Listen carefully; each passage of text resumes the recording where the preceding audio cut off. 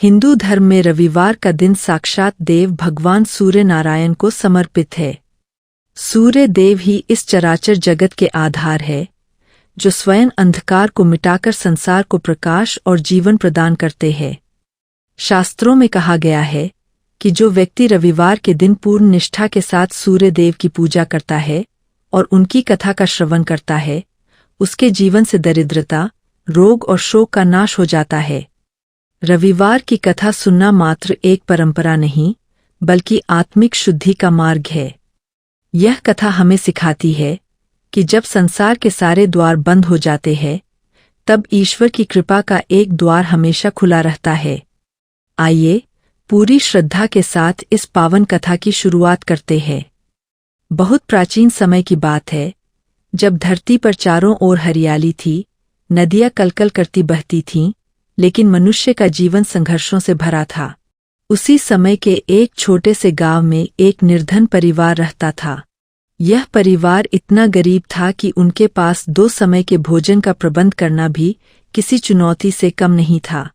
परिवार में कुल 4 सदस्य थे, पिता, माता और उनके 2 मासूम बच्चे, एक बेटी और एक बेटा।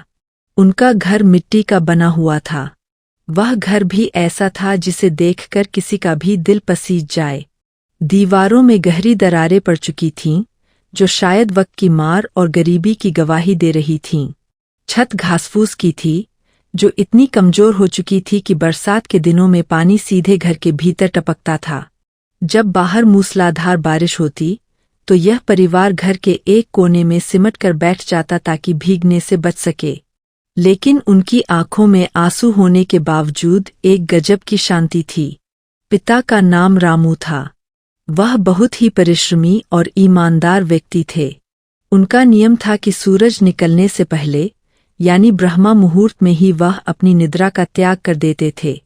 जब सारा गांव सो रहा होता, रामू अपने फटे हुए अंगोछे को कंधे पर रखकर मजदूरी की तलाश में निकल जाते। उनके पास न कोई बैल था, न खेत और न ही कोई धन। उनकी एकमात्र पूंजी उनका शरीर और उनकी मेहनत थी। वह दिन भर खेतों में हल चलाते या भारी पत्थर ढोते, ताकि शाम को अपने बच्चों के लिए मुट्ठी भर अनाज घर ले जा सकें। वही उनकी पत्नी, सुमति, भी उतनी ही मेहनती थी। घर का सारा काम निपटाने के बाद वह पड़ोस के जमींदार के खेतों में काम करने चली जाती।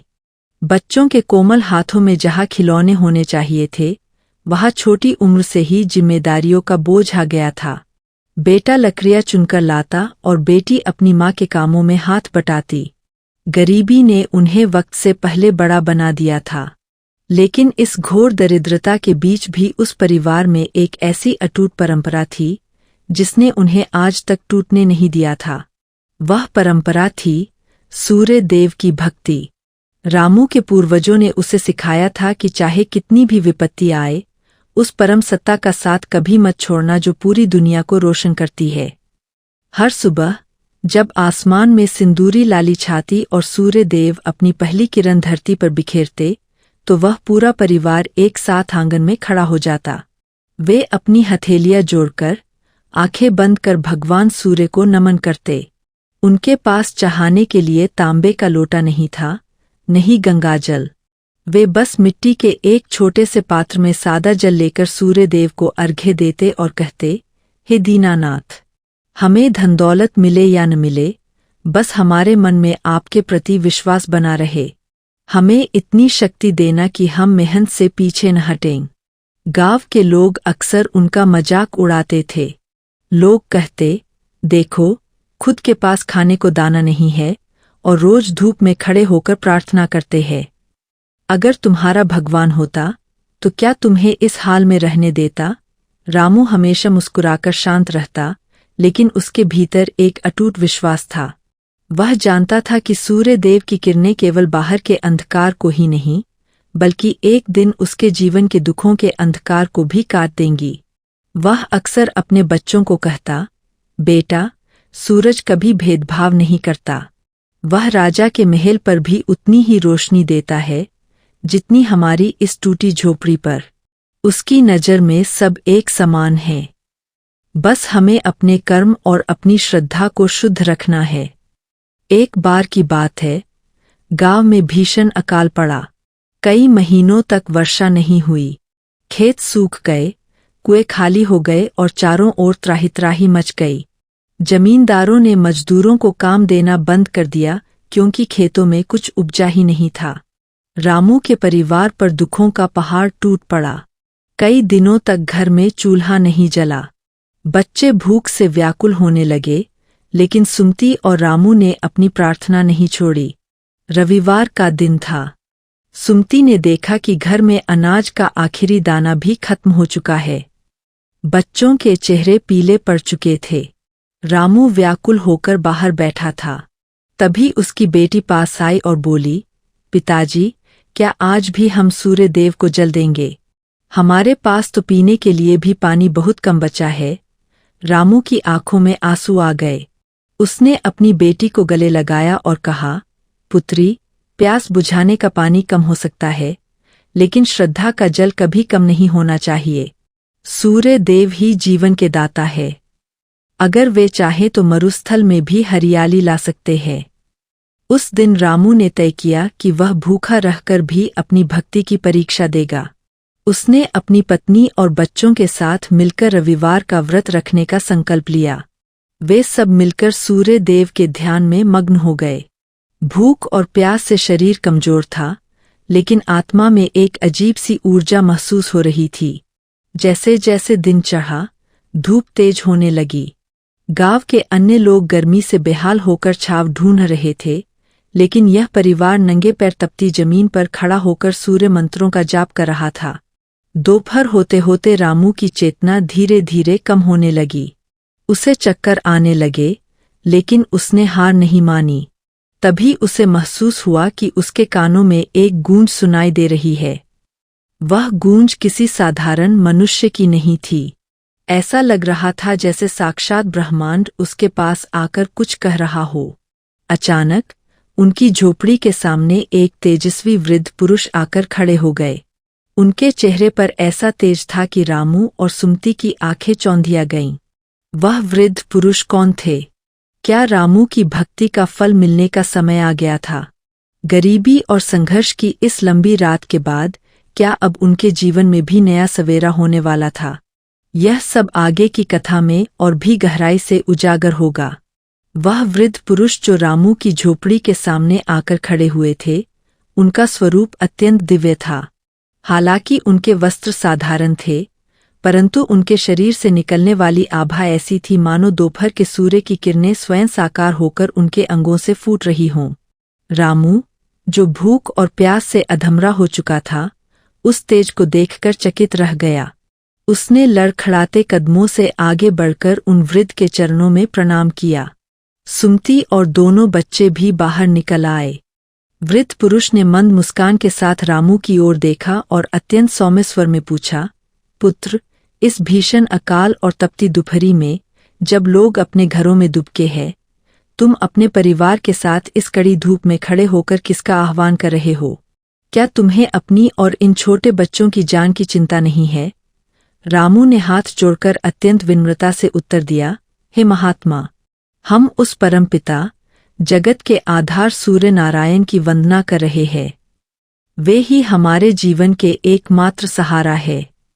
रही बात जान की, तो देने वाला भी वही है और लेने वाला भी वही। यदि उनकी इच्छा हमें इसी धूप में तपाने की है, तो हमें यह भी स्वीकार है। हम निर्धन हैं, हमारे पास उन्हें अर्पित करने के लिए स्वर्ण मुद्राएं या 56 भोग नहीं है, बस यह मिट्टी के पात्र का थोड़ा सा जल और मन का विश्वास है। वृद्ध पुरुष रामू की बात सुनकर अत्यंत प्रसन्न हुए। उन्होंने झोपड़ी की ओर देखा, जिसकी दीवारें फटी हुई थीं और जिसके भीतर दरिद्रता साफ झलक रही थी। उन्होंने सुमती से कहा, बेटी, मैं बहुत दूर से आया हूँ और अत्यंत प्यासा हूँ। क्या मुझे थोड़ा जल मिल सकता है? सुमती असमंजस में पड़ गई। घर में पीने के लिए बस एक छोटा सा पात्र जल ही बचा था, जिसे उसने अपने बच्चों के लिए बचाकर रखा था। लेकिन भारतीय संस्कारों और अतिथि देवो भव की भावना ने उसे सोचने पर मजबूर कर दिया। उसने बिना देर किए वह जल का पात्र उठाया और वृद्ध पुरुष की ओर बढ़ा दिया। उसने सोचा कि भले ही मेरे बच्चे थोड़े समय और प्यासे रह लें, लेकिन द्वार पर आए इस दिव्य पुरुष को खाली हाथ नहीं जाने दूंगी। जैसे ही उन वृद्ध ने वह जल पिया, एक चमत्कार हुआ। देखते ही देखते उन वृद्ध का स्वरूप बदलने लगा। उनकी काया विशाल होने लगी और उनकी आभा इतनी प्रबल हो गई कि पूरा आंगन स्वर्ण जैसी रोशनी से भर गया। रामू और उसका परिवार अपनी आंखें नहीं खोल पा रहा था। कुछ क्षणों बाद जब प्रकाश थोड़ा धीमा हुआ, तो वह वृद्ध पुरुष नहीं थे, बल्कि एक अलौकिक शक्ति का अनुभव हो रहा था। जाते जाते वह वृद्ध कह गए, तुम्हारी भक्ति और त्याग की परीक्षा पूरी हुई। जो व्यक्ति स्वयं अभाव में होकर भी दूसरों की सेवा करता है और मुझ पर अडिग विश्वास रखता है, उसका भंडार कभी खाली नहीं रहता। कल का सूर्य तुम्हारे जीवन में नया प्रकाश लेकर आएगा। उस रात पूरा परिवार भूखा ही सो गया, लेकिन उनके मन में एक अजीब सी तृप्ति थी। रामू को लग रहा था कि आज उसकी वर्षों की तपस्या सफल हो गई है। अगली सुबह जब सूर्य की पहली किरण झोपड़ी की दरारों से होकर भीतर आई, तो रामू की आंखें खुलीं। उसने जो देखा, उसे देखकर उसकी चीख निकल गई। वह मिट्टी की झोपड़ी, जिसकी छत से पानी टपकता था और दीवारें फटी हुई थीं, वह अब एक सुंदर और भव्य भवन में बदल चुकी थी। जमीन पर बिछी घास की जगह अब संगमरमर और बहुमूल्य कालीन थे। जिस कोने में वे फटे हुए बोरे बिछाकर सोते थे, वहां अब रेशमी बिस्तरे थे। सुमती और बच्चे भी जाग गए और अपने आसपास का नजारा देखकर स्तब्ध रह गए। सुमती रसोई की ओर दौड़ी तो देखा कि जो मिट्टी के घड़े खाली पड़े थे, वे अब स्वर्ण मुद्राओं और कीमती अनाजों से भरे हुए थे। घर की रसोई में दिव्य सुगंध आ रही थी। बच्चों के फटे हुए कपड़े रेशमी वस्त्रों में बदल चुके थे। यह सब देखकर परिवार की आंखों से खुशी के आंसू बहने लगे। वे सब तुरंत घर से बाहर निकले और उसी स्थान पर दंडवत प्रणाम किया जहां उन्होंने कल सूर्य देव की वंदना की थी। गांव में यह खबर आग की तरह फैल गई। जो लोग कल तक रामू का उपहास उड़ाते थे, वे आज उसके घर के बाहर भीड़ लगाकर खड़े थे। गांव का जमींदार, जो बहुत अहंकारी था, वह भी यह चमत्कार देखकर दंग रह गया। उसने रामू से पूछा, रामू, यह सब कैसे हुआ? कल तक तो तुम्हारे पास खाने को दाना नहीं था, आज तुम रातों रात इस गांव के सबसे धनी व्यक्ति कैसे बन गए? क्या तुमने कहीं कोई गुप्त खजाना खोज लिया है? रामू ने शांत स्वर में कहा, जमींदार जी, यह खजाना किसी धरती के नीचे नहीं छिपा था। यह खजाना तो रोज सुबह हमारे आंगन में उतरता है, जिसे हम अपनी आंखों से देख भी नहीं पाते।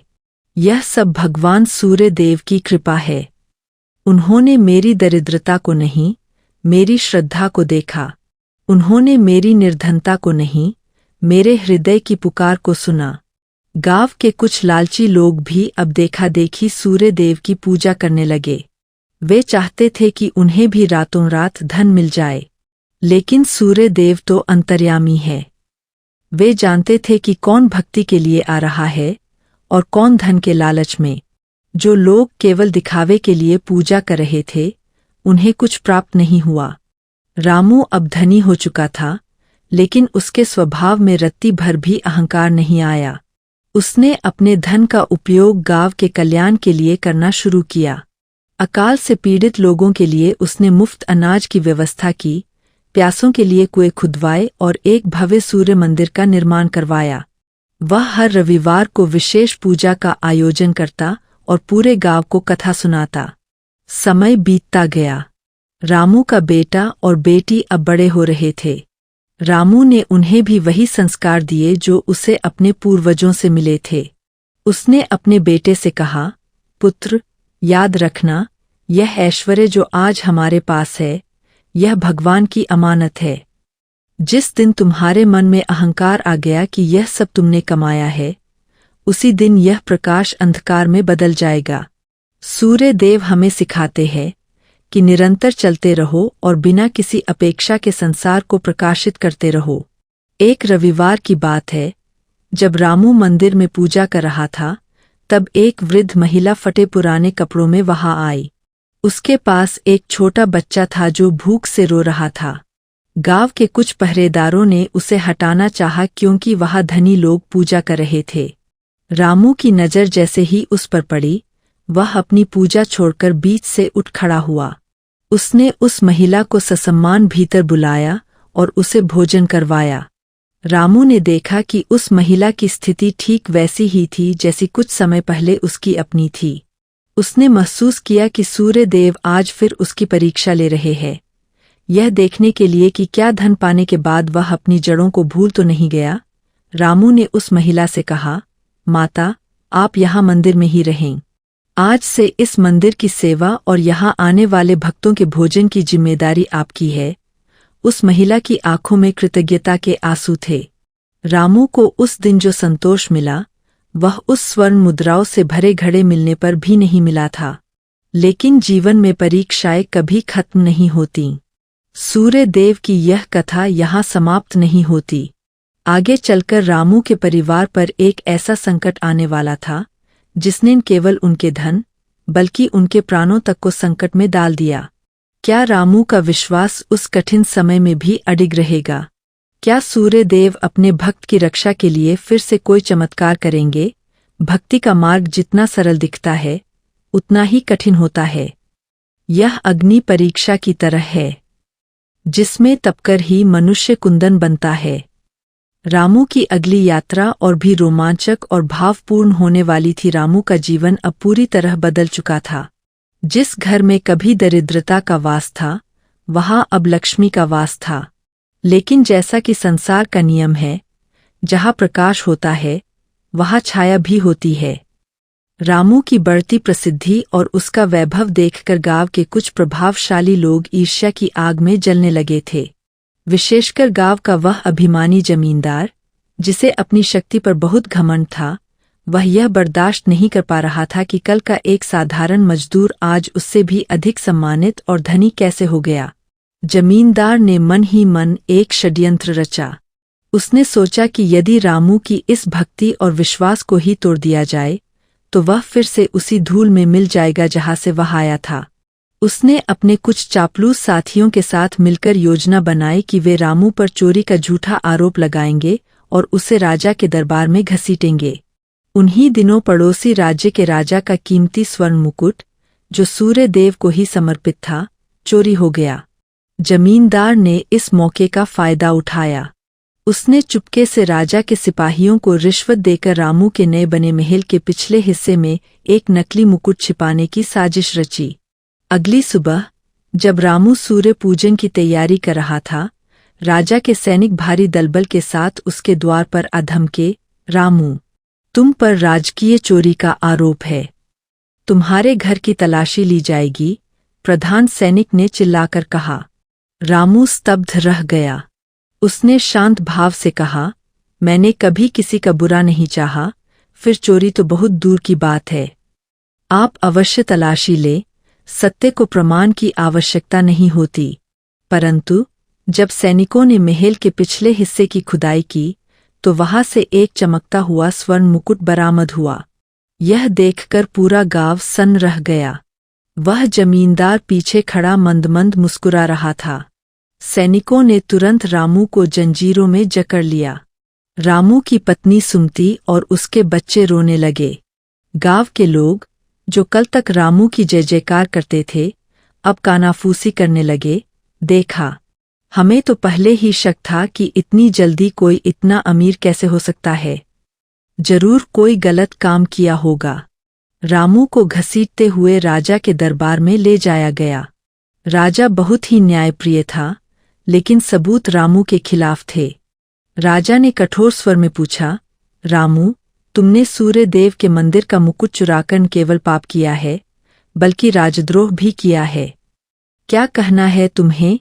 रामू की आंखों में आंसू थे, पर वे डर के नहीं, बल्कि अपनी नियति पर दुख के थे।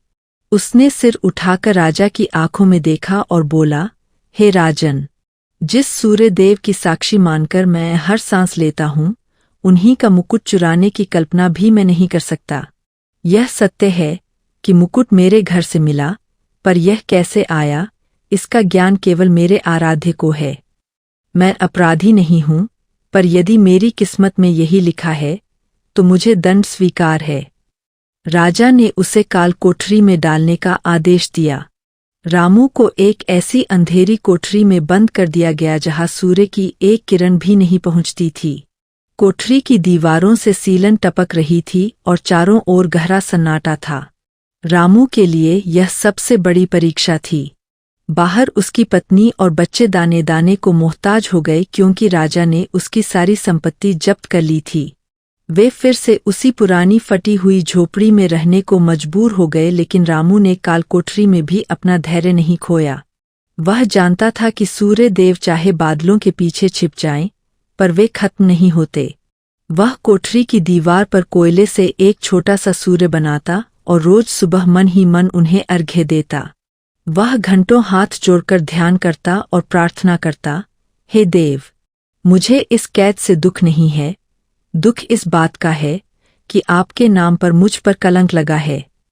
आप तो सर्वव्यापी है, आप तो जानते हैं कि सत्य क्या है। इधर सुमति ने हार नहीं मानी। वह हर रविवार को निर्जला व्रत रखती और गांव के मंदिर की सीढ़ियों पर बैठकर सूर्य देव की कथा सुनाती। उसकी आंखों से गिरते आंसू उसकी अटूट श्रद्धा का प्रमाण थे। वह कहती, हे नारायण, मेरे पति निर्दोष है। जिस प्रकार आप हर सुबह अंधकार को चीर कर बाहर आते हैं, उसी प्रकार उनके जीवन पर लगे इस कलंक के अंधेरे को भी दूर करें। 7 रविवार बीत गए। 8वें रविवार की रात, जब रामू जेल में बेहोशी की हालत में था, उसे एक स्वप्न आया। स्वप्न में वही दिव्य वृद्ध पुरुष पुनः प्रकट हुए। उन्होंने रामू के माथे पर हाथ रखा और कहा, पुत्र, धैर्य रखो। सत्य की अग्नि परीक्षा लंबी होती है, पर वह कभी पराजित नहीं होती। कल का सूर्य न्याय का सूर्य होगा। उसी रात राजा को भी एक भयानक स्वप्न आया। राजा ने देखा कि एक विशाल अग्निपिंड उसके राजमहल की ओर बढ़ रहा है और एक गंभीर आवाज गूंज रही है, हे राजन, तूने एक निष्पाप भक्त को कारागार में डालकर महान पाप किया है। यदि कल सूर्योदय से पहले उसे मुक्त नहीं किया गया तो तेरा पूरा साम्राज्य भस्म हो जाएगा।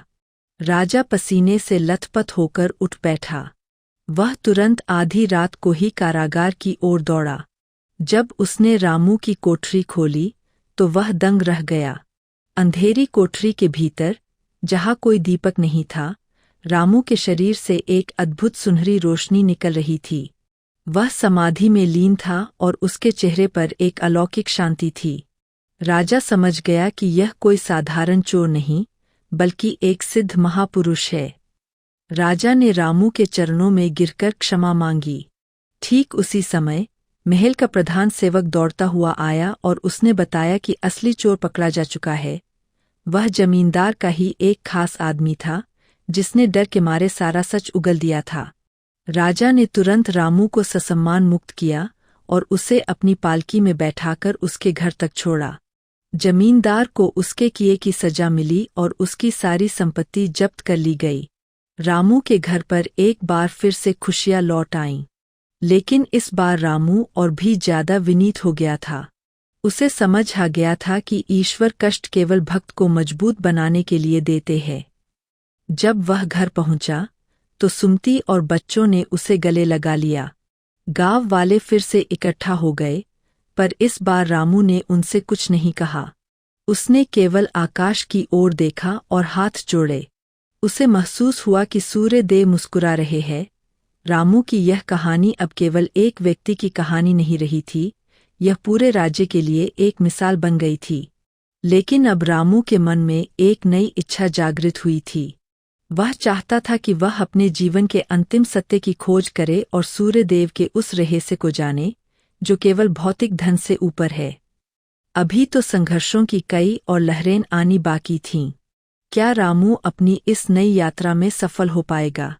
क्या वह भक्ति के उस शिखर तक पहुंच पाएगा जहां भक्त और भगवान एक हो जाते हैं? राजकीय संकट और कलंक से मुक्ति पाने के बाद रामू का नाम पूरे आर्यावर्त में फैल गया था। अब वह केवल एक धनी व्यक्ति नहीं, बल्कि सूर्य भक्त रामू के नाम से जाना जाने लगा था। राजा ने उसे अपने दरबार में विशेष सलाहकार नियुक्त करना चाहा, लेकिन रामू का मन अब संसार के इन पदों से ऊपर उठ चुका था। उसे समझ आ गया था कि महल हो या झोपड़ी, सुख और दुख केवल मन की अवस्थाएं है। असली सुख तो उस परम ज्योति के चरणों में है जो हर हृदय में विद्यमान है। रामू के मन में अब एक तीव्र जिज्ञासा उत्पन्न हुई। उसने सोचा, भगवान सूर्य देव ने मुझे धन दिया, मान सम्मान दिया और विपत्ति से भी बचाया, लेकिन उनका वास्तविक स्वरूप क्या है? क्या वे केवल एक प्रकाश का गोला है, या वे ब्रह्मांड की वह चेतना है जो हम सबके भीतर स्पंदित होती है? इस सत्य को जानने के लिए उसने एक कठिन निर्णय लिया। उसने अपनी पत्नी सुमति को बुलाया और कहा, देवी, तुमने मेरा हर कदम पर साथ दिया है। दरिद्रता में तुम मेरी शक्ति बनी और वैभव में मेरी विनम्रता। अब मेरा मन इस मायाजाल से निकलकर उस सत्य की खोज करना चाहता है जिसके कारण यह सारा संसार गतिमान है। मैं सूर्य देव के उस रहस्यमय धाम की यात्रा पर जाना चाहता हूँ जहाँ शांति का वास है। सुमति की आंखों में आंसू थे, पर वह एक भक्त की पत्नी थी। उसने सिर झुकाकर कहा, स्वामी, आपकी यात्रा में मेरी प्रार्थनाएं सदैव साथ रहेंगी। आप निर्भय होकर जाएं, और बच्चे यहाँ आपके द्वारा स्थापित सूर्य मंदिर की सेवा करेंगे और आपकी प्रतीक्षा करेंगे। अगले रविवार की भोर में रामू ने केवल एक साधारण धोती पहनी, हाथ में एक कमंडल लिया और पूर्व दिशा की ओर प्रस्थान कर दिया। उसने संकल्प लिया था कि वह तब तक चलता रहेगा जब तक उसे सूर्य देव के प्रत्यक्ष दर्शन और जीवन का अंतिम सत्य प्राप्त न हो जाए। उसकी यात्रा अत्यंत दुर्गम थी। वह घने जंगलों, उफनती नदियों और बर्फीले पहाड़ों को पार करता हुआ आगे बढ़ता रहा। रास्ते में उसे कई प्रलोभन मिले। कहीं उसे तपस्वी ऋषियों के आश्रम मिले जिन्होंने उसे अपनी सिद्धियों से प्रभावित करना चाहा, तो कहीं उसे ऐसे प्रदेश मिले जहाँ सोने की खदानें थीं। लेकिन रामू की दृष्टि केवल क्षितिज पर टिकी थी, जहाँ से प्रतिदिन भगवान भास्कर का उदय होता था। चलते चलते कई महीने बीत गए। रामू का शरीर सूखकर कांटा हो गया था, पैरों में छाले पड़ गए थे, लेकिन उसकी आंखों की चमक पहले से कहीं अधिक तीव्र हो गई थी। एक दिन वह एक ऐसी घाटी में पहुंचा जहां सूरज की रोशनी इतनी तेज थी कि सामान्य मनुष्य की आंखें झुलस जाएं। वहां एक विशाल पर्वत था जिसे उद्याचल कहा जाता था।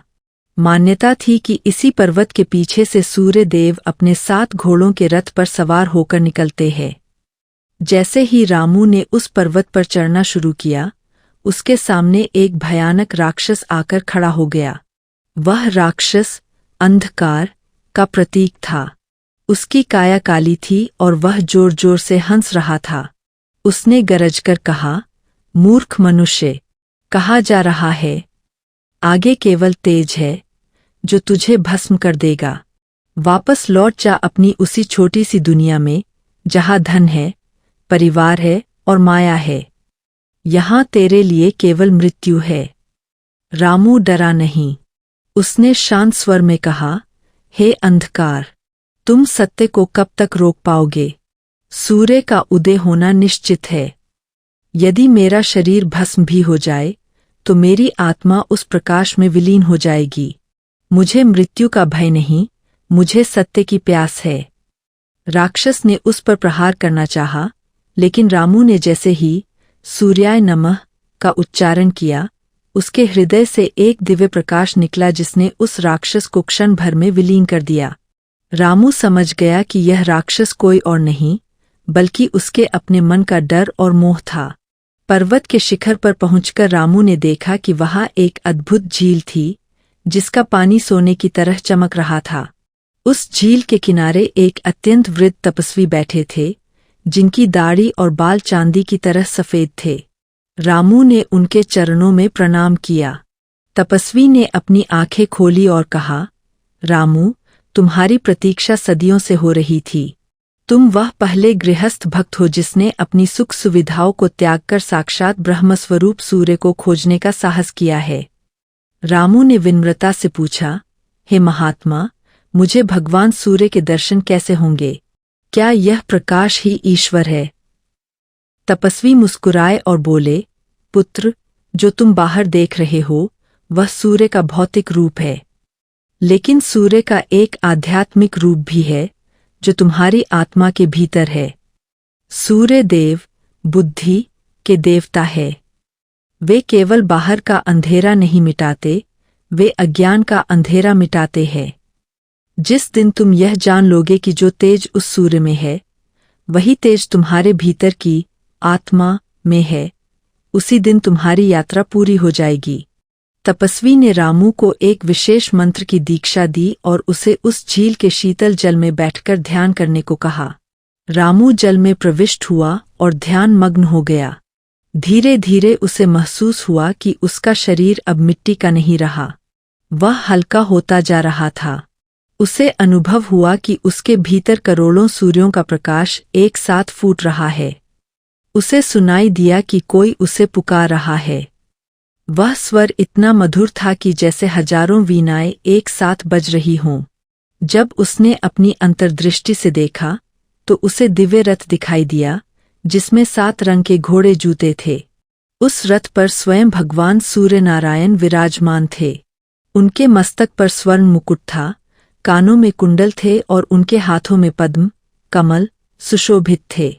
सूर्य देव ने कहा, हे प्रिय भक्त, तुम्हारी निष्काम भक्ति से अत्यंत प्रसन्न हूँ।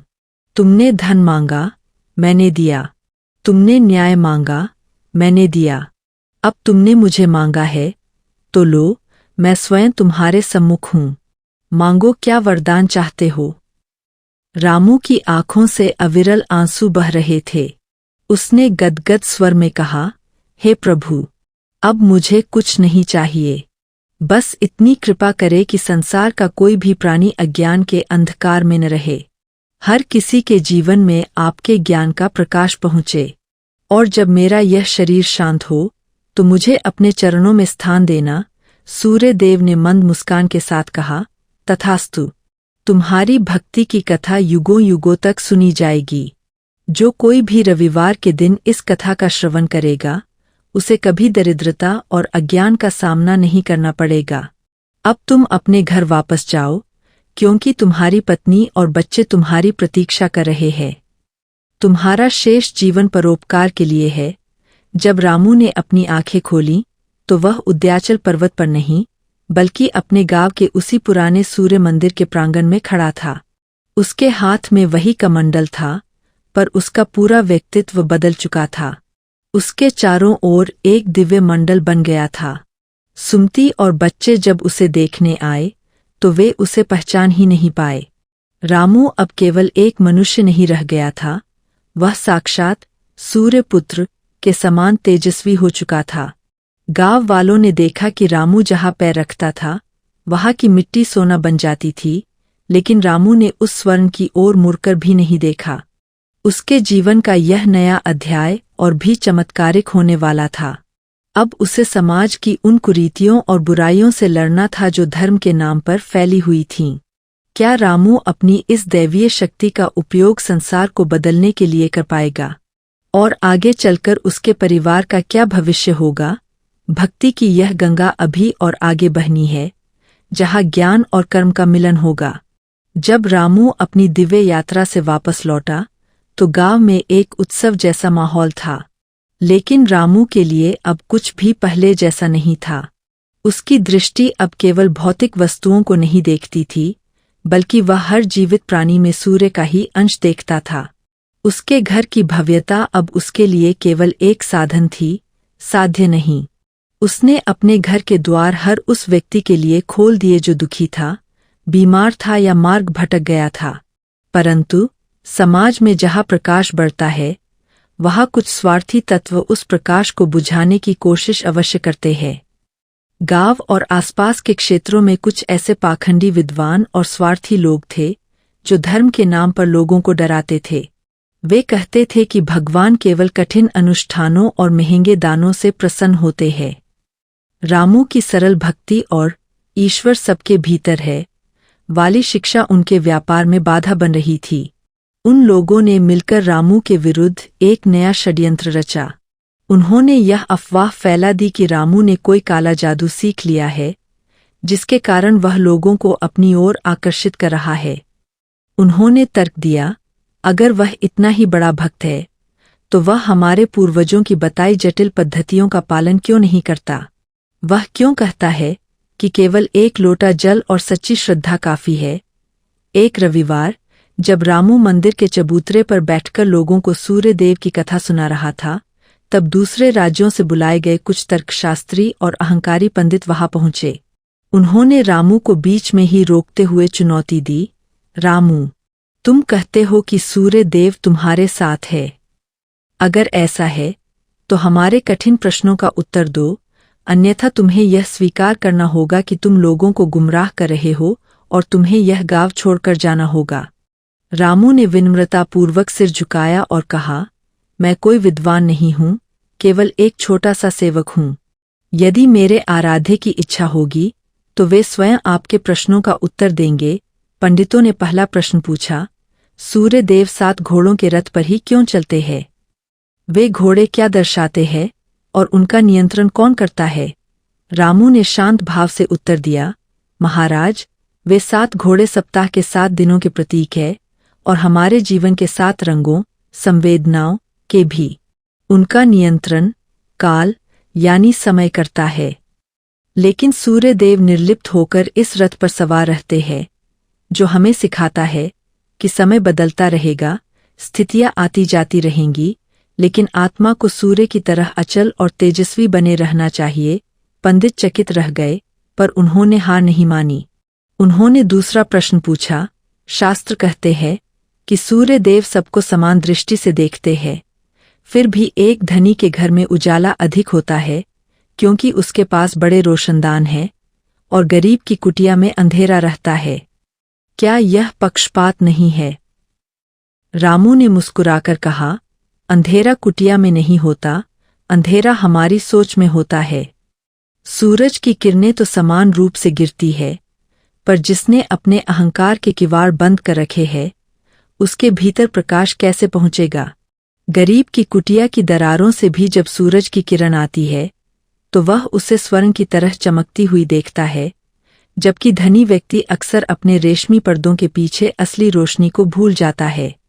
अहंकारी पंडितों को लगा कि उनके तर्क विफल हो रहे हैं। तब उनके मुखिया ने एक बहुत ही कठिन और असंभव शर्त रखी। उसने कहा, ये सब तो शब्दों का खेल है। यदि तुम सच में सूर्य के प्रिय हो तो इस समय, जब आसमान में घने काले बादल छाए हुए हैं और दोपहर का समय होने वाला है, क्या तुम अपनी प्रार्थना से सूर्य देव को प्रत्यक्ष प्रकट कर सकते हो ताकि उनकी किरणें केवल इस सूखे हुए और मरे हुए पौधे पर गिरे और यह अभी के अभी हरा हो जाए? उस दिन सच में संयोग से मौसम बहुत खराब था। आसमान में काले बादलों की परतें जमी थी और बारिश होने की पूरी संभावना थी। चारों ओर अंधेरा था। गांव के लोग डर गए। उन्हें लगा कि आज रामू की प्रतिष्ठा दांव पर है। रामू चुपचाप उस सूखे हुए पौधे के पास गया। उसने अपनी आंखें बंद की और अपने हृदय की गहराई से सूर्य नारायण का आह्वान किया। उसने कहा, हे जगत जननी के स्वामी, हे कश्यप नंदन, मैं अपनी मान प्रतिष्ठा के लिए आपको नहीं पुकार रहा। मैं तो धूल के समान हूँ, लेकिन इन भोले लोगों के विश्वास के लिए, जो सत्य को खोजना चाहते हैं, अपनी एक किरण भेज दें। जैसे ही रामू ने सूर्य अष्टकम का पाठ शुरू किया, एक चमत्कार हुआ। पूरे आकाश में तो काले बादल छाए रहे, लेकिन ठीक उस मंदिर के ऊपर के बादलों में एक छोटा सा छेद हुआ। जैसे कोई स्वर्ण सुई बादलों को चीर कर निकली हो, वैसे ही सूर्य की एक प्रखर, तेज और गर्म किरण सीधे उस सूखे पौधे पर आकर गिरी। देखते ही देखते वह पौधा जो महीनों से सूखा पड़ा था, उसमें से नन्ही कोपलें फूटने लगीं। कुछ ही क्षणों में वह हरा भरा हो गया और उसमें एक सुंदर लाल रंग का पुष्प खिल गया। पूरा परिसर उस फूल की सुगंध और सूर्य की उस एक किरण की दिव्यता से भर गया। बाकी पूरा गांव अभी भी बादलों की छाया में था, पर वह मंदिर का प्रांगण स्वर्ग के समान चमक रहा था। यह देखकर उन पंडितों का अहंकार चूर-चूर हो गया। वे रामू के चरणों में गिर पड़े और अपनी गलती की क्षमा मांगने लगे। रामू ने उन्हें उठाकर गले लगाया और कहा, अहंकार ज्ञान का शत्रु है। सूर्य देव हमें झुकना सिखाते हैं, क्योंकि वे स्वयं हर शाम ढलकर हमें यह बताते हैं कि उदय होने के लिए झुकना और शांत होना आवश्यक है। इस घटना के बाद रामू के प्रति लोगों की श्रद्धा और बढ़ गई। लेकिन इसी बीच रामू के जीवन में एक और बड़ी परीक्षा आने वाली थी। उसका पुत्र, जो अब युवा हो चुका था, धीरे धीरे उस वैभव और सम्मान के कारण मार्ग भटकने लगा था। उसे लगने लगा था कि उसके पिता की शक्तियों पर उसका भी अधिकार है। रामू ने देखा कि उसका बेटा गरीबों का अपमान करने लगा है और यह समझने लगा है कि वे विशेष परिवार से है। रामू समझ गया कि बाहरी शत्रुओं को हराना आसान है, लेकिन अपनों के भीतर पनप रहे अहंकार और विकार से लड़ना बहुत कठिन। रामू ने तय किया कि वह अपने बेटे को जीवन का वह सबसे बड़ा पाठ पढ़ाएगा जिसे उसने अपनी गरीबी में सीखा था। उसने क्या किया? क्या वह अपने पुत्र को सही मार्ग पर ला पाया, या फिर सूर्यदेव की यह कृपा उस अहंकार की भेंट चढ़ गई? भक्ति की यह यात्रा अब संस्कारों की कसौटी पर थी। रामू के पुत्र का नाम आदित्य था।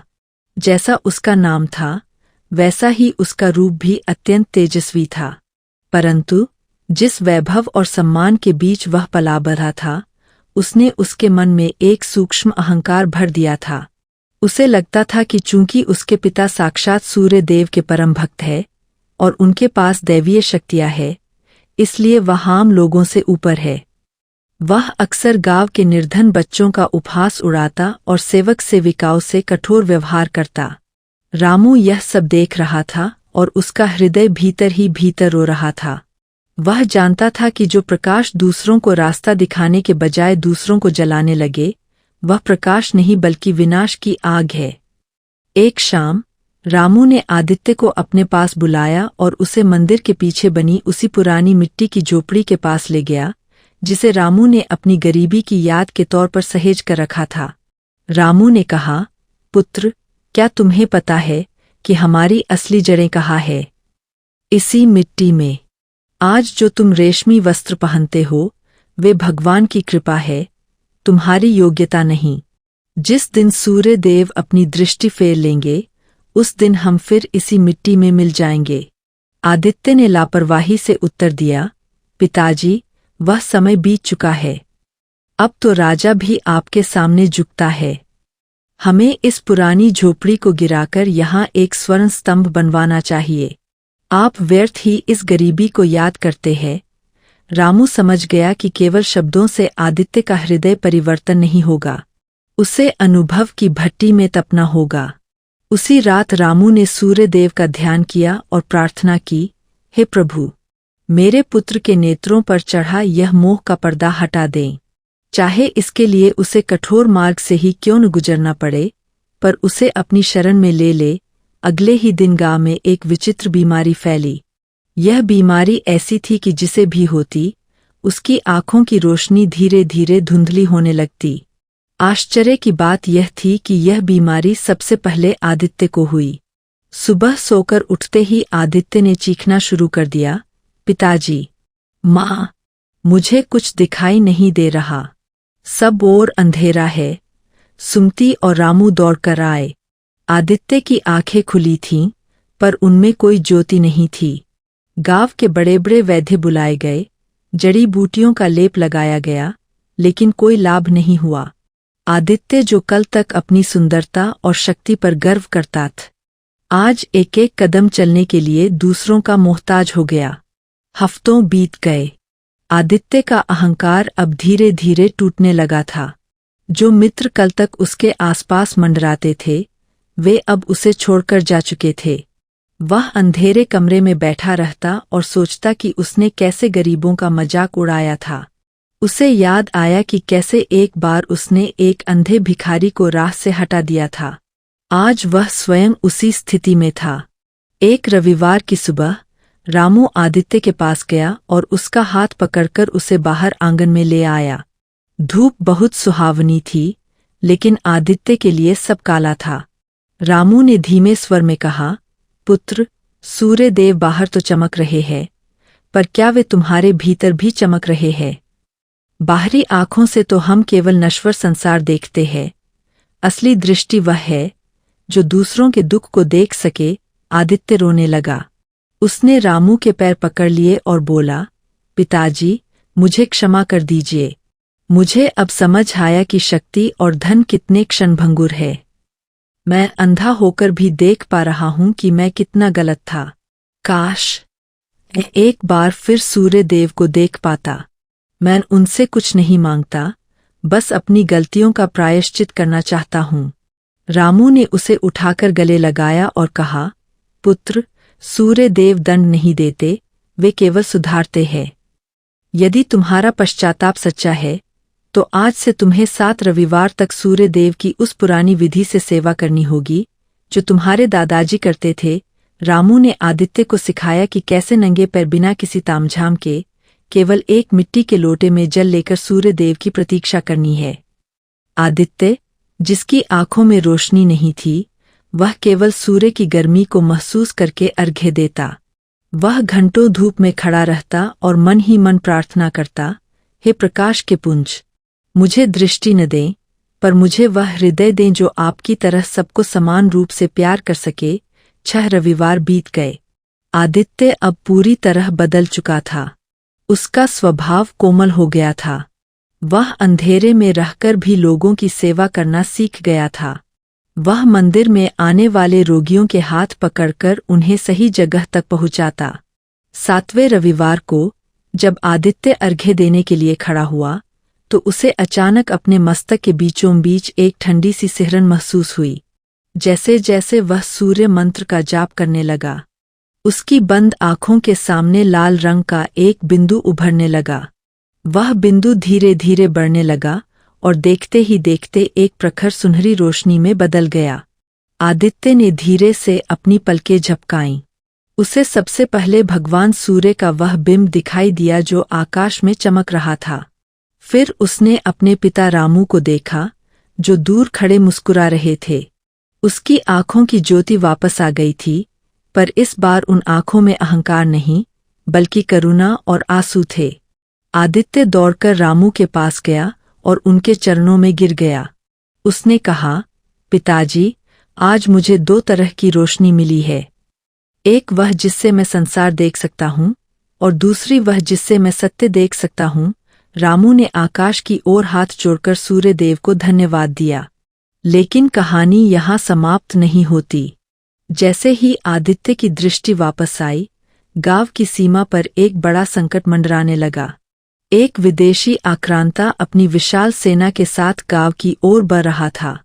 उसका उद्देश्य केवल धन लूटना नहीं, बल्कि उस सूर्य मंदिर को नष्ट करना था जो अब पूरे क्षेत्र की श्रद्धा का केंद्र बन चुका था। सेनापति ने संदेश भेजा कि यदि गांव वाले अपनी सारी संपत्ति और मंदिर की मूर्तियां नहीं सौंपते तो पूरे गांव को जला दिया जाएगा। गांव के लोग डर के मारे कांपने लगे। राजा की सेना दूर थी और दुश्मन बहुत शक्तिशाली। रामू और आदित्य के सामने अब एक नई चुनौती थी। क्या केवल भक्ति से एक हिंसक सेना को रोका जा सकता था? क्या सूर्य देव अपने भक्तों की रक्षा के लिए कोई नया मार्ग दिखाएंगे? अब समय था शांति के पुजारियों के लिए धर्म की रक्षा हेतु खड़ा होने का। गांव की सीमा पर धूल का गुबार उठता दिखाई दे रहा था। विदेशी आक्रांता कालकेतु अपनी बर्बर सेना के साथ मंदिर की ओर बढ़ रहा था।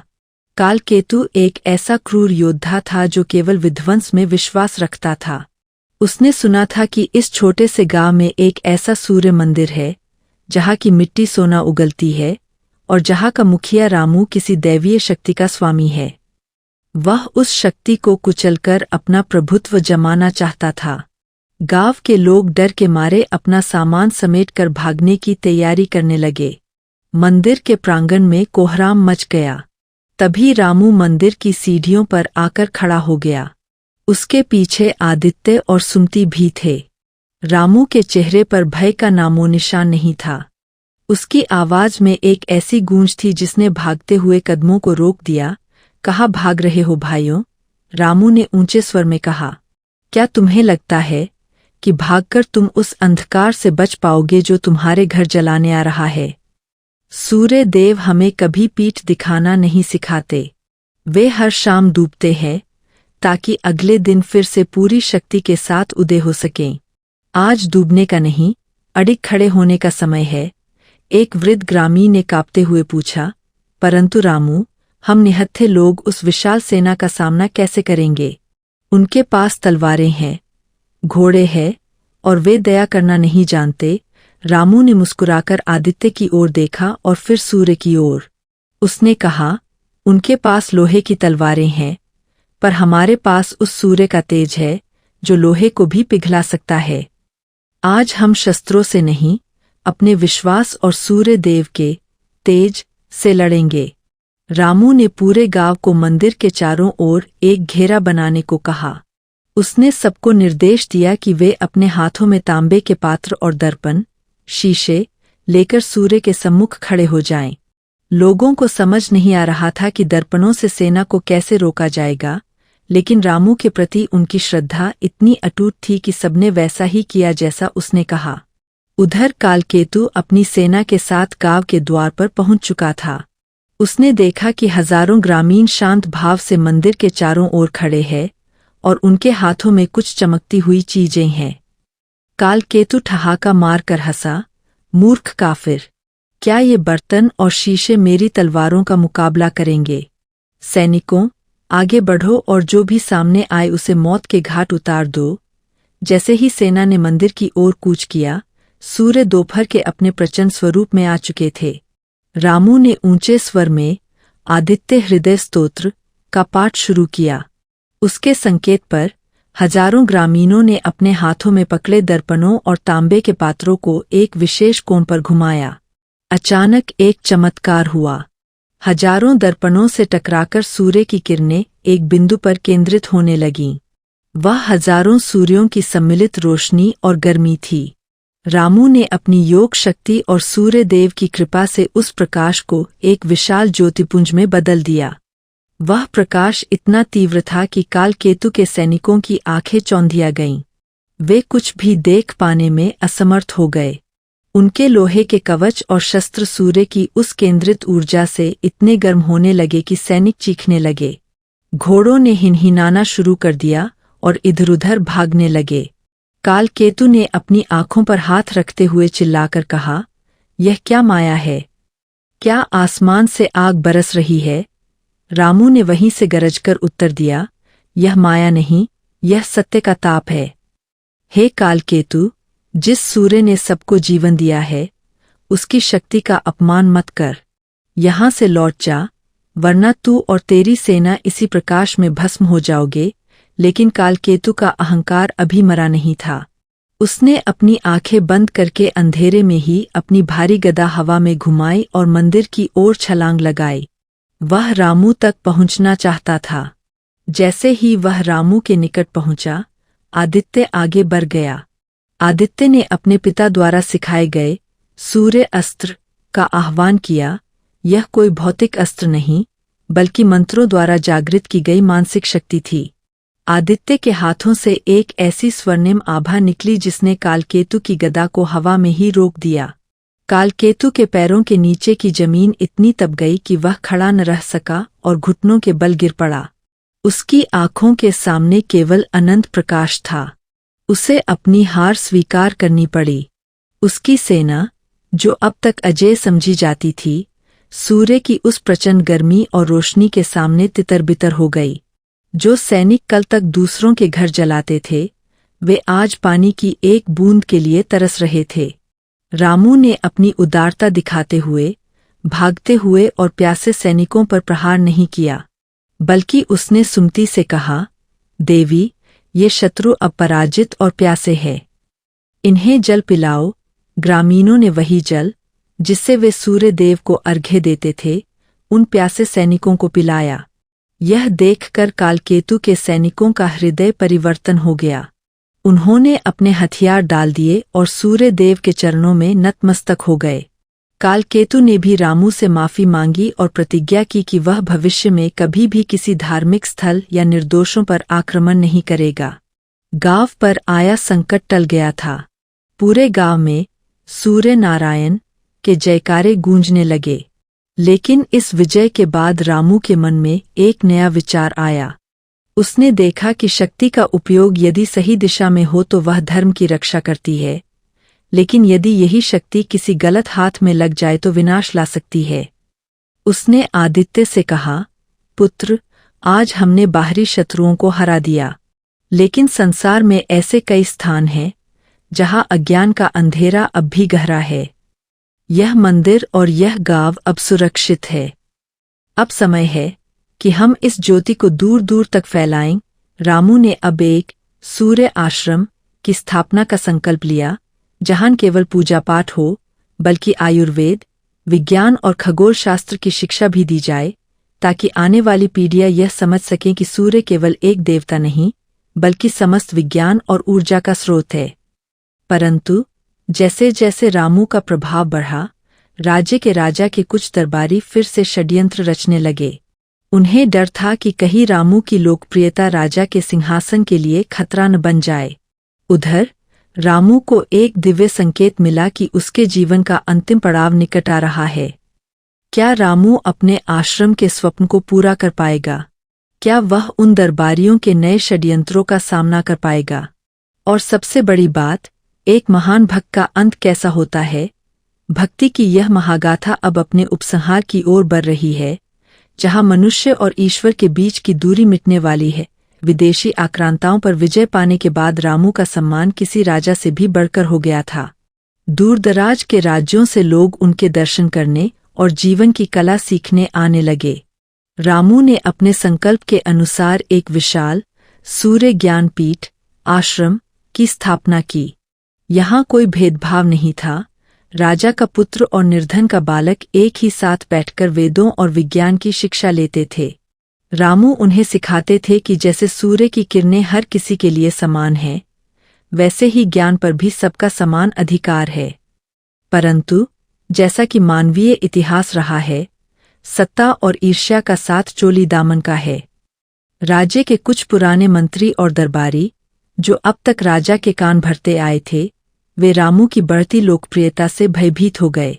उन्हें लगा कि यदि जनता रामू को ही अपना सब कुछ मानने लगी, तो राजा की सत्ता का क्या होगा।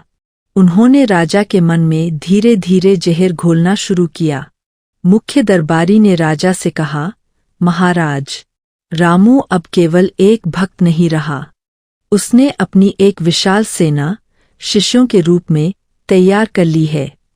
वह सूर्य की शक्ति का प्रदर्शन करके लोगों को डरा रहा है। कहीं ऐसा न हो कि वह एक दिन आपके सिंहासन पर ही अधिकार कर ले। राजा, जो पहले रामू का आदर करता था, संदेह के घेरे में आ गया। उसने रामू को दरबार में बुलवाया। रामू जब दरबार में पहुंचा तो उसके चेहरे पर वही चिरपरिचित शांति थी। राजा ने कठोर स्वर में पूछा, रामू, मैंने सुना है कि तुम अपने आश्रम में कुछ ऐसी गुप्त विद्याएं सिखा रहे हो जिससे तुम प्रकृति को वश में कर सकते हो। क्या यह सच है कि तुम राजा से भी ऊपर उठने का स्वप्न देख रहे हो? रामू ने विनम्रता से उत्तर दिया, महाराज, सूर्य कभी चंद्रमा का स्थान नहीं लेना चाहता और नहीं चंद्रमा सूर्य का।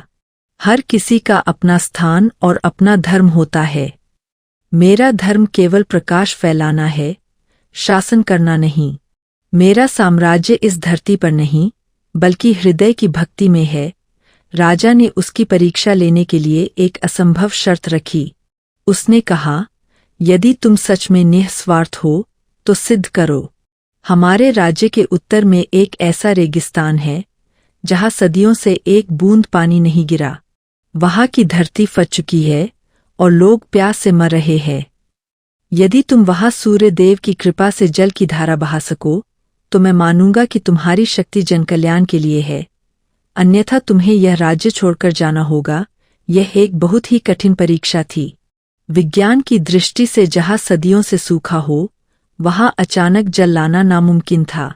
दरबारी मन ही मन प्रसन्न थे कि अब रामू का अंत निश्चित है। रामू ने बिना किसी हिचकिचाहट के चुनौती स्वीकार कर ली। वह अपने पुत्र आदित्य और कुछ शिष्यों के साथ उस झुलसा देने वाले रेगिस्तान की ओर निकल पड़ा। वहां की स्थिति अत्यंत दयनीय थी। गर्म हवाएं, लू चल रही थी और दूर दूर तक केवल रेत के टीले थे। लोग हड्डियों के ढांचे बन चुके थे।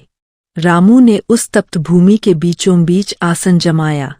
उसने आदित्य से कहा, पुत्र, आज हमारे ज्ञान की नहीं, हमारी करुणा की परीक्षा है। सूर्य देव केवल सुखाते नहीं हैं, वे समुद्र के जल को भाप बनाकर बादलों में बदलते हैं और फिर वर्षा कराते हैं। वे ही जल चक्र के स्वामी है।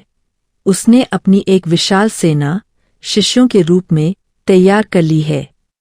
रामू ने वरुण सूर्य मंत्र का अनुष्ठान प्रारंभ किया।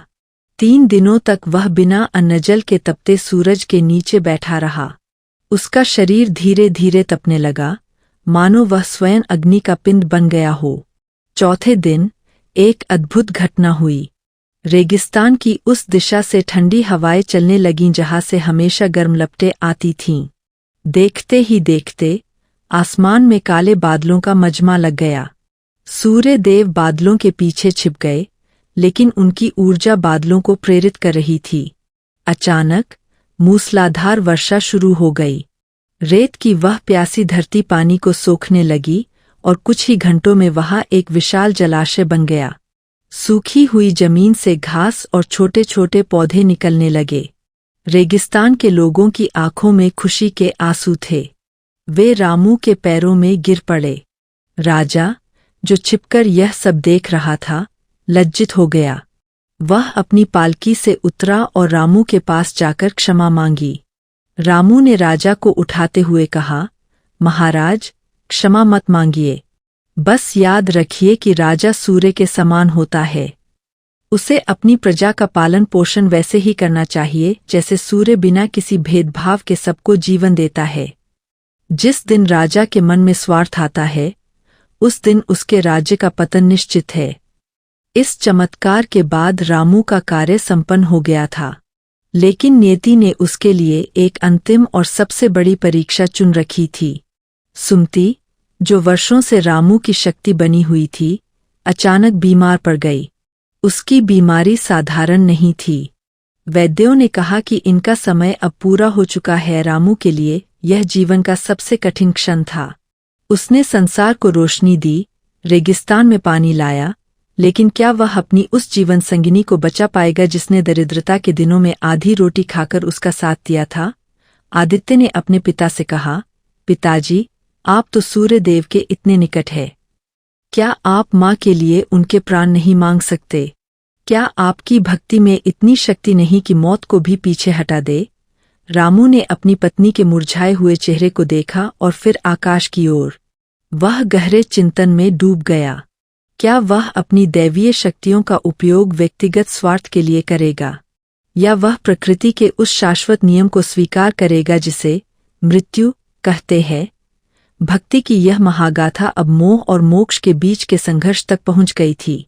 रामू का अगला निर्णय यह तय करने वाला था कि वह केवल एक चमत्कारी पुरुष है या साक्षात ब्रह्मज्ञानी। सुमति का स्वास्थ्य क्षण प्रतिक्षण गिरता जा रहा था। वह झोपड़ी जहां से इस परिवार की यात्रा शुरू हुई थी, आज फिर से स्मृतियों में जीवित हो उठी थी। आदित्य अपने पिता की ओर देख रहा था। उसकी आंखों में उम्मीद थी कि उसके पिता कोई चमत्कार करेंगे। पूरे गांव के लोग मंदिर के बाहर एकत्र होकर सुमति के स्वास्थ्य के लिए प्रार्थना कर रहे थे। रामू सुमति के सिरहाने बैठा था। सुमति ने धीरे से अपनी आंखें खोली और रामू का हाथ थाम लिया। उसने बहुत ही क्षीण स्वर में कहा, स्वामी, आप उदास क्यों हैं? क्या सूर्य कभी अस्त होने पर दुखी होता है? वह तो इसलिए छिपता है ताकि कल फिर से नई ऊर्जा के साथ आ सके। मेरी यात्रा अब पूरी हो चुकी है। आपने मुझे वह सब दिया जिसकी कल्पना एक निर्धन स्त्री कभी नहीं कर सकती थी।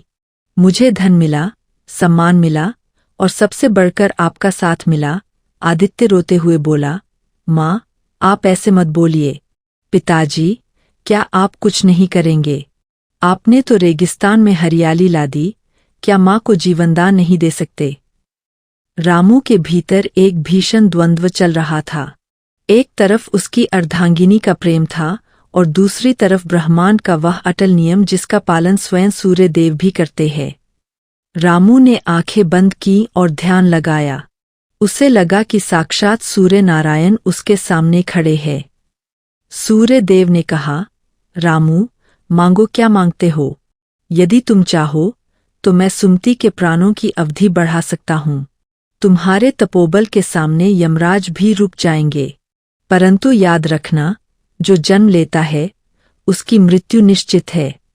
क्या तुम प्रकृति के इस चक्र को तोड़ना चाहते हो? क्या तुम चाहते हो कि सुमति इस नश्वर शरीर के कष्टों को और अधिक भोगे? रामू को बोध हुआ। उसने महसूस किया कि प्रेम का अर्थ पकड़ना नहीं बल्कि मुक्त करना है। उसने सूर्यदेव को मानसिक प्रणाम किया और कहा, प्रभु, मुझे वह शक्ति दे कि मैं मोह का त्याग कर सकूं। सुमति आपकी दासी है, वह आपकी ज्योति में विलीन होना चाहती है। उसे शांति दें। रामू ने सुमति के माथे पर हाथ रखा और गायत्री मंत्र का जाप करना शुरू किया। देखते ही देखते सुमति के चेहरे पर एक अपूर्व शांति और चमक आ गई। उसने मुस्कुराते हुए अपने प्राण त्याग दिए। वह कोई मृत्यु नहीं थी, बल्कि एक ज्योति का दूसरी महाज्योति में मिलन था। पूरा गांव शोक में डूब गया, लेकिन रामू की आंखों में आंसू नहीं थे। वह जानता था कि आत्मा कभी नहीं मरती। उसने सुमति का अंतिम संस्कार उसी नदी के किनारे किया जहां वे वर्षों से सूर्य को अर्घ्य देते आए थे। इस घटना ने रामू को पूरी तरह से विरक्त कर दिया। अब उसे महसूस होने लगा कि उसका इस धरती पर कार्य अब समाप्त हो रहा है। उसने आदित्य को बुलाया और उसे सूर्य ज्ञानपीठ की सारी जिम्मेदारी सौंप दी। उसने कहा, पुत्र, अब तुम तैयार हो। याद रखना, यह पद अधिकार के लिए नहीं, सेवा के लिए है। जिस दिन तुम खुद को दूसरों से बड़ा समझने लगोगे, उसी दिन तुम्हारा पतन शुरू हो जाएगा। सूर्य की तरह सबको समान प्रकाश देना। अगले कुछ वर्षों तक रामू ने अपना समय केवल मौन और ध्यान में व्यतीत किया। वह अब केवल के नाद में खोया रहता था। लोग कहते थे कि रामू के शरीर से अब हर समय एक हल्की सी सुनहरी आभा निकलती रहती थी। वह खाना पीना लगभग छोड़ चुका था, केवल सूर्य की किरणों से ही अपनी ऊर्जा प्राप्त करता था। एक रविवार की बात है। रामू को आभास हुआ कि आज उसकी अंतिम सुबह है। उसने अपनी अंतिम कथा सुनने के लिए पूरे गांव को आमंत्रित किया। हजारों की संख्या में लोग उमड़ पड़े। राजा भी अपना सिंहासन छोड़कर एक साधारण नागरिक की तरह जमीन पर बैठा। रामू ने अपनी कथा के अंत में कहा, मेरे प्रियजनों, जीवन एक यात्रा है और हम सब मुसाफिर हैं। अंधकार से डरो मत, क्योंकि अंधकार का कोई अस्तित्व ही नहीं है, वह केवल प्रकाश की अनुपस्थिति है। अपने भीतर प्रेम और करुणा का दीपक जलाओ, तो तुम साक्षात सूर्य को अपने भीतर पाओगे। रविवार का व्रत केवल भूखे रहना नहीं है, बल्कि अपने भीतर की बुराइयों को जलाकर भस्म करना है। जैसे ही सूर्य दोपहर के शिखर पर पहुंचा, रामू मंदिर के ऊंचे चबूतरे पर खड़ा हो गया। उसने अपनी बाहें फैला दीं। अचानक आकाश से एक दिव्य प्रकाश पुंज नीचे उतरा, जो इतना तेज था कि किसी की आंखें उसे सह नहीं पा रही थीं। लोगों ने देखा कि रामू का भौतिक शरीर धीरे धीरे पारदर्शी होता जा रहा था। उस प्रकाश पुंज से एक रथ निकलता हुआ प्रतीत हुआ, जिसमें वही 7 अश्व जुटे थे। रामू उस रथ की ओर बढ़ने लगा। उसने अंतिम बार मुड़कर अपने पुत्र और गांव वालों को देखा और आशीर्वाद की मुद्रा में हाथ उठाया। क्षण भर बाद वहां न तो वह प्रकाश था और न ही रामू। वहां केवल ताजे खिले हुए कमल के फूलों की पंखुड़ियां बिखरी हुई थीं और हवा में एक दिव्य चंदन की सुगंध थी। रामू सशरीर सूर्य लोक की ओर प्रस्थान कर चुका था। यह कथा यहाँ समाप्त नहीं होती, क्योंकि रामू का विश्वास आज भी उन लोगों के दिलों में जीवित है, जो रविवार के दिन पूरी श्रद्धा के साथ सूर्य देव की पूजा करते हैं। रामू के सशरीर सूर्य लोक प्रस्थान के बाद उस स्थान की मिट्टी भी पवित्र हो गई। जहां रामू अंतिम बार खड़ा हुआ था, वहां से एक स्वतः प्रकाश निकलने लगा। गांव वालों ने उस स्थान पर एक भव्य स्तंभ का निर्माण करवाया, जिस पर सूर्य देव की 12 कलाओं को उकेरा गया। आदित्य ने अपने पिता के वचनों को अपने जीवन का आधार बना लिया। उसने सूर्य ज्ञानपीठ को केवल एक विद्यालय नहीं, बल्कि मानवता का केंद्र बना दिया। समय बीतता गया, पीढ़ियां बदलीं, साम्राज्य बने और बिगड़े, लेकिन रामू और उसके परिवार की वह कथा लोगों की जुबान पर अमर हो गई। गांव अब एक बड़ा नगर बन चुका था और वह सूर्य मंदिर एक सिद्ध तीर्थ स्थल। मान्यता हो गई कि जो भी व्यक्ति 7 रविवार तक यहाँ आकर सच्ची श्रद्धा से वह प्राचीन कथा सुनता है जो रामू सुनाया करता था, उसके जीवन के सारे कष्ट सूर्य की पहली किरण के साथ ही विलीन हो जाते हैं। आदित्य ने अपने अंतिम समय में अपने शिष्यों को बुलाकर एक गुप्त बात बताई। उसने कहा, मेरे पिता अक्सर कहते थे कि सूर्य देव केवल आकाश में नहीं रहते। जब कोई भूखा किसी को अपनी रोटी देता है तब उसके भीतर सूर्य उदय होता है। जब कोई बलवान किसी निर्बल की रक्षा करता है तब सूर्य का तेज प्रकट होता है। और जब कोई मनुष्य अपनी गरीबी में भी ईश्वर पर विश्वास नहीं खोता तब वह स्वयं सूर्य बन जाता है। इस कथा का सार यही है कि रामू का वह निर्धन परिवार वास्तव में निर्धन नहीं था। उनके पास संतोष और विश्वास का वह धन था जिसे न कोई चोर चुरा सकता था और न ही कोई राजा छीन सकता था। आज के समय में भी जब हम रविवार का व्रत रखते हैं या सूर्य देव की पूजा करते हैं तो यह कथा हमें याद दिलाती है कि हमारी परिस्थितियां चाहे कितनी भी अंधकारमय क्यों न हो, हमें हार नहीं माननी चाहिए। रविवार का दिन केवल विश्राम का दिन नहीं है बल्कि आत्ममंथन का दिन है। सूर्य देव की पूजा और कथा का महत्व शास्त्रों के अनुसार सूर्य देव प्रत्यक्ष देवता है, यानी वे देवता जिन्हें हम अपनी आंखों से देख सकते हैं। उनकी कथा सुनने से व्यक्ति के भीतर आत्मबल बढ़ता है। जैसे सूर्य बिना थके अरबों वर्षों से अपना कर्तव्य निभा रहे हैं, वैसे ही यह कथा हमें अपने कर्तव्यों के प्रति सजग रहने की प्रेरणा देती है। रविवार को आदित्य हृदय स्तोत्र का पाठ और इस कथा का स्मरण करने से चर्म रोग, नेत्र विकार और दरिद्रता का नाश होता है। कथा का संदेश: 1. धैर्य, रामू ने गरीबी में भी धैर्य नहीं खोया। 2. समर्पण, सुमति ने अभावों में भी सेवा का मार्ग नहीं छोड़ा। 3. सुधार, आदित्य ने अपनी गलतियों को सुधारकर नया जीवन प्राप्त किया। 4. परोपकार, धन आने पर रामू ने उसे समाज की भलाई में लगा दिया। आज भी जब रविवार की सुबह सूरज अपनी लालिमा बिखेरता है तो वह मानो हमसे कहता है कि उठो, जागो और अपने भीतर के अंधकार को मिटाओ। जो व्यक्ति उगते हुए सूर्य को अर्घ्य देकर इस कथा का मनन करता है, उस पर सूर्य नारायण की कृपा सदैव बनी रहती है। जैसे रामू की टूटी झोपड़ी एक दिन महल बन गई, वैसे ही आपकी मेहनत और श्रद्धा एक दिन आपके जीवन को खुशियों से भर देगी। विश्वास रखें, क्योंकि सूर्य कभी अस्त होने के लिए नहीं बल्कि पुनः उदय होने के लिए ढलता है। भगवान सूर्य देव आप सभी का कल्याण करें। आपके जीवन में सुख, शांति, समृद्धि और आरोग्य का वास हो। सूर्याय नमः। इति सूर्य देव महिमा कथा संपूर्णा।